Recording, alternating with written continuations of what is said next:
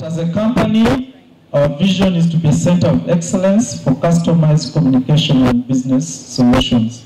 Kulira Vision Group Don Innocent Wanyama yanjulidde abakozi enteekateeka Sejjolola Vision Group kwegenda okutambuliza emirimu gyayo emyaka 5 egiddako okusigala ku ntikko mu katale alaze engeri kamu gyegenda okuvuna okusomozebwa kw'amayengo agayoza ekisaawe ky'amawulire mu ggwanga n'okwetooloola ensi yonna omuli ebyafuna ebyekanamye ne tekinologiya akula enkya n'eggulo. We are here not to bemoan challenges, we are here to look at opportunities, we are here to see what we can do to be able to adapt, to innovate, to pay attention to our customers so that this business is able to actually thrive.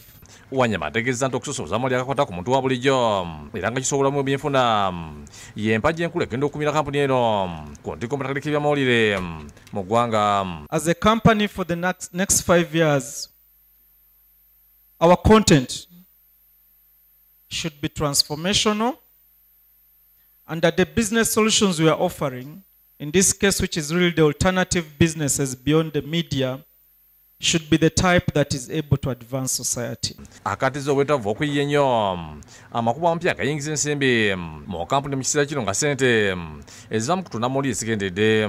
Amidst the changing environment, the challenges that we face, one of the things that's going to enable us thrive is going to be innovation. Customer centricity is important because in the face of